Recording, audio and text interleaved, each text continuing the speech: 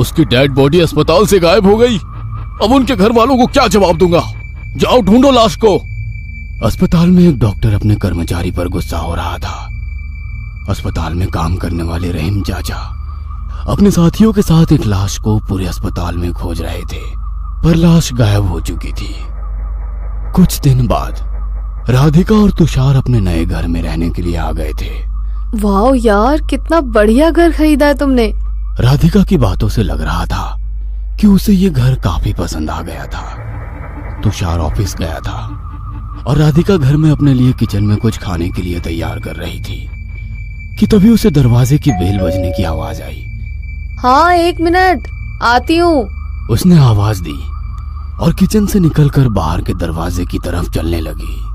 तब तक और एक बार बेल बजी थी। उसने दरवाजा खोला पर बाहर कोई भी नहीं था। बाहर सुनहरी धूप पड़ी थी। उनका घर शहर की आवाजाही से दूर होने के कारण लोगों का आना जाना ना के बराबर था। वो 2 कदम बाहर आई और दोबारा बाहर नजरें घुमाई, पर कोई भी नजर नहीं आ रहा था। वह घर के अंदर आई तो पूरे घर में धुआं धुआं भरा हुआ था। हे भगवान, सब्जी जल गई। खांसते हुए वो किचन के अंदर गई और झट से गैस बंद कर दी। वो नाराज हो गई। अब दोबारा कुछ भी बनाने का उसका मूड नहीं था। अपना मोबाइल उठाया और पति को फोन किया।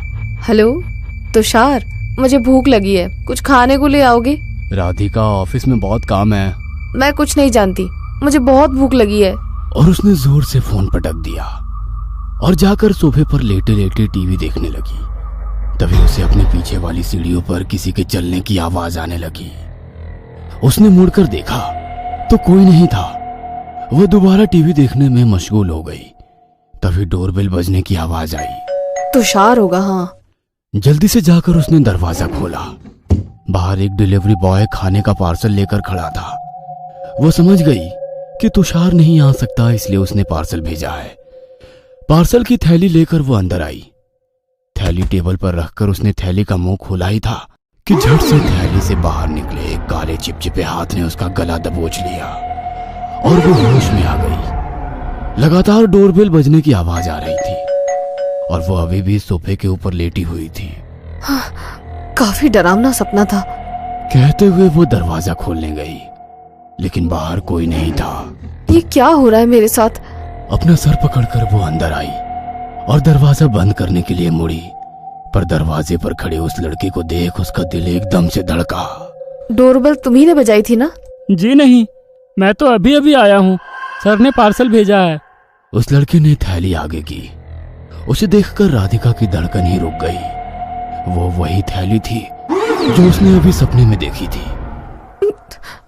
नहीं चाहिए, वापस ले जाओ इसे। अरे पर मैडम जी, सर ने इसके पैसे दिए हैं, आपको पैसे रिफंड नहीं मिल सकते। कोई बात नहीं, पैसे आप रख लो और ये खाना भी। और उसने झट से दरवाजा बंद कर लिया। रात हो गई थी। अपने बेड पर लैपटॉप में कुछ काम कर रहे तुषार ने पास बैठी राधिका की तरफ देखा। वो अपने ख्यालों में खोई हुई थी। राधिका, क्या सोच रही हो? कुछ नहीं। अरे यार, सोचना बंद करो। वैसे ही तुम्हारी तबीयत ठीक नहीं रहती। अब ज्यादा सोचती रहोगी तो दिमाग दर्द करने लगेगा। जाने दो, तुम यकीन नहीं करोगे। अरे यार, तुम बताओ तो सही। यकीन करना ना करना बाद की बात है। इस घर में कुछ अजीब है। क्यों, क्या हुआ? कोई दरवाजे पर आकर डोरबेल बजाता है और दरवाजा खोला तो कोई नहीं होता। अरे पड़ोस के बच्चे परेशान करते होंगे। तुषार, हमारे आस पड़ोस में इंसानी बस्ती है। अरे राधिका, बच्चे खेलते हुए आए होंगे। अब आने जाने वालों को तो हम नहीं रोक सकते ना। ठीक है, माना किसी बच्चे ने डोरबेल बजाई, पर उस डिलीवरी बॉय का क्या जो खाना लेकर आया था? मतलब आज तुमने खाना नहीं बनाया? वैसे क्या मंगाया था, वेज या नॉन वेज? तुषार की बातें सुनकर राधिका के पैरों के नीचे से जमीन सरक गई। वो परेशान होकर मन में सोचने लगी, उस लड़के को तुषार ने नहीं भेजा था तो फिर वो लड़का यहाँ? बिना कुछ बोले वो दूसरी तरफ मुंह करके बेड पर लेट गई। ये सब क्या हो रहा है? जब से यहाँ आए हैं सब कुछ अजीब हो रहा है। रात के करीब 2 बजे होंगे। अचानक राधिका की नींद खुल गई। पूरे कमरे में नाइट लैंप की धीमी रोशनी फैली हुई थी। उसके बगल में तुषार आराम से सोया हुआ था। उसकी नजर छत पर धीरे धीरे घूमते सीलिंग फैन पर टिकी हुई थी। उसके दिमाग में भी वैसे ही वो सारी बातें घूम रही थी कि तभी उस सीलिंग फैन पर धीरे धीरे एक काली परछाई उभरती नजर आई। राधिका ने गौर से देखा तो वो परछाई अब इंसानी रूप लेती नजर आई और राधिका की दिल की धड़कनें बढ़ने लगी।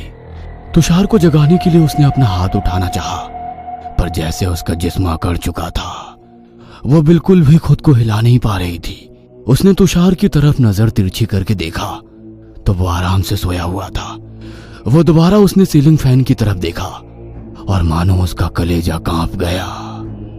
उस सीलिंग फैन पर बैठी वो काली परछाई राधिका को अपनी लाल आंखों से घूरे जा रही थी। वो डरावनी परछाई देखकर राधिका के मुंह से चीख निकली, पर आवाज नहीं निकल पा रही थी। वो अपनी पूरी ताकत लगाकर जोर जोर से चीखना चाहती थी ताकि तुषार नींद से जागे और उसे बचा ले, पर उसके मुंह से सिर्फ हवा निकल रही थी। वह बेड पर किसी बेजान लाश की तरह पड़ी हुई थी। उसने खौफ भरी नजरों से सीलिंग फैन की तरफ देखा, पर वहां कोई नहीं था। वह हैरान हो गई, उसकी जान में जान आ गई। उसने तुषार की तरफ गर्दन घुमाई। वह काली परछाई उसके बगल में लेटी उसी को घूरती नजर आई और झट से आंख खुल गई। क्या हुआ? उठो यार, मुझे ऑफिस के लिए देर हो रही है। तुषार पूरी तरह तैयार होकर राधिका को नींद से जगा रहा था।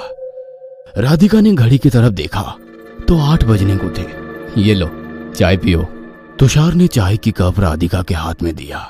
कप को हाथ में लेकर राधिका कुछ हिचकिचाते हुए बोली, तुषार, मुझे कुछ ठीक नहीं लग रहा है। क्या हुआ? तबीयत ठीक नहीं है क्या? जब से मैंने इस घर में कदम रखा है कुछ ना कुछ अजीब हो रहा है। अजीब हो रहा है मतलब? तुम क्या कहना चाहती हो? वह तुषार को बताने में हिचकिचा रही थी क्योंकि तुषार ऐसी बातों पर यकीन नहीं करता था और जो कुछ भी राधिका के साथ हो रहा था वो सामान्य नहीं बल्कि कोई बुरी शक्ति अपनी मौजूदगी का एहसास दिला रही थी। राधिका के परेशान चेहरे की तरफ देखते हुए तुषार ने कहा, आज ऑफिस जाना कैंसिल, हम डॉक्टर के पास चले जाते हैं। अगर तुम्हारी तबीयत ठीक नहीं होगी तो ऑफिस में मेरा मन कैसे लगेगा? डॉक्टर ने राधिका का चेकअप किया और कुछ दवाइयां लिखकर देते हुए कहा, देखिए मुझे लगता है राधिका को आराम की जरूरत है। शायद रिया की मौत का राधिका को सदमा लगा है। दवाई लिख कर दी है, फिर भी उसका ख्याल रखना होगा। ठीक है डॉक्टर साहब। कहते हुए तुषार और राधिका केबिन से बाहर निकले। दोनों अपनी गाड़ी से घर के लिए निकले। तुषार गाड़ी चला रहा था और बगल की सीट पर राधिका आंखें बंद करके आराम से बैठी हुई थी। गाड़ी चलाते समय तुषार को सब याद आने लगा। उसकी बेटी रिया की बालकनी से गिरने से मौके पर ही मौत हो गई थी। लोगों की भीड़, राधिका का रोना, बिलखना, चीखना, चिल्लाना और फिर एकदम से बेहोश हो जाना, सब उसकी नजरों के सामने आ गया। वो सब कुछ भूलना चाहता था, पर आज उस डॉक्टर की वजह से पुराने जख्म ताजा हो गए। रात हो चुकी थी। राधिका दवाइयां खाकर बेड पर लेट गई। आज छुट्टी लेने की वजह से तुषार को ही ऑफिस का काम करना था। राधिका बेड पर पड़ी जरूर थी, पर उन अजीब सी घटनाओं ने नींद उड़ा दी थी। पर आंखें बंद करके वो सोने की कोशिश करने लगी। तभी तुषार की आवाज कानों पर पड़ी, राधिका, जार में पानी नहीं है। और ठीक है, तुम आराम करो, मैं ही पानी लेकर आता हूँ। और जार लेकर वो बेडरूम से बाहर किचन में चला गया। राधिका वैसे ही आंखें बंद करके पड़ी हुई थी कि तभी उसे कमरे के भीतर किसी की आहट महसूस हुई। उसने दरवाजे की तरफ देखा। कमरे का दरवाजा बंद था, पर अगले ही पल लगा कि दरवाजा धीरे धीरे खुल रहा है और आधे खुले दरवाजे से बाहर उसकी नजर गई। कोई था जो राधिका को लगातार घूरे जा रहा था। बेड पर पड़ी राधिका की सांस ही अटक गई। उसने डर भरी निगाहें बाहर गड़ाई तो वही काली परछाइयों से दरवाजे के बाहर दिखाई दी। राधिका ने हिम्मत जुटाई और बेड से उठकर वो दरवाजे के पास चली गई। झट से दरवाजा बंद किया ही था कि उस परछाई ने दरवाजा ढकेलना शुरू किया। वो काली परछाई दरवाजे से अंदर आने की कोशिश करने लगी और राधिका उसे बाहर ही रोके रखने की कोशिश कर रही थी। तभी दरवाजे के पास पड़ी रॉड राधिका के हाथ लग गई। उसने रॉड उठाई, तब तक वो काली परछाई दरवाजे से अंदर आ चुकी थी। राधिका ने पूरी ताकत लगाकर रॉड से परछाई पर वार किया और लगातार वार करती रही। उसके हाथ से पानी का जार छूटकर जमीन पर गिरा और साथ में वो भी जमीन पर गिर पड़ा। राधिका ने तुषार के सिर में लोहे की रॉड मारी थी। और वैसे ही लाल आंखों से घूरे जा रही थी। और तुषार को अतीत में घटी घटनाएं नजरों के सामने आ गई। उस रात तुषार देर से घर लौटा था और दरवाजा खोलते ही आवाज सुनाई दी। तेरी माँ मर चुकी है, मैं तेरी माँ नहीं हूँ, और भूख लगी है तो अपनी मरी हुई माँ से खाना मांग ले। काश उसके साथ तू भी मर जाती। राधिका अपनी सौतेली बेटी रिया पर चिल्ला रही थी। 7 साल की रिया की नजर दरवाजे पर खड़े अपने पापा पर गई और फूट फूट कर रोते हुए दौड़कर वो अपने पापा से लिपट गई। पापा, भूख नहीं लगी है, खाना भी नहीं चाहिए, बस मेरी माँ मुझे लौटा दो। तुषार चुपचाप अपनी बेटी की बातें सुन रहा था, पर कोई था जो खिड़की से सब कुछ देख रहा था। अगले दिन रोज की तरह तुषार ऑफिस गया हुआ था। रिया टेरेस पर खेल रही थी और राधिका पास में ही रस्सी पर कपड़े सुखाने के लिए लगा रही थी। तभी उसकी नजर रिया पर गई और टेरेस से नीचे गिरी रिया को पड़ोस में रहने वाले रहीम चाचा ने देखा।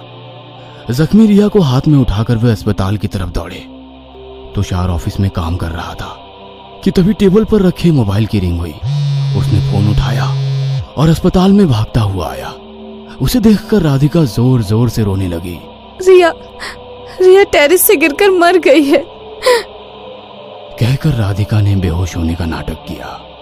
तुषार समझ चुका था कि रिया खेलते हुए नहीं गिरी, बल्कि उसे राधिका ने ढकेल दिया था, पर वो चुप रहा।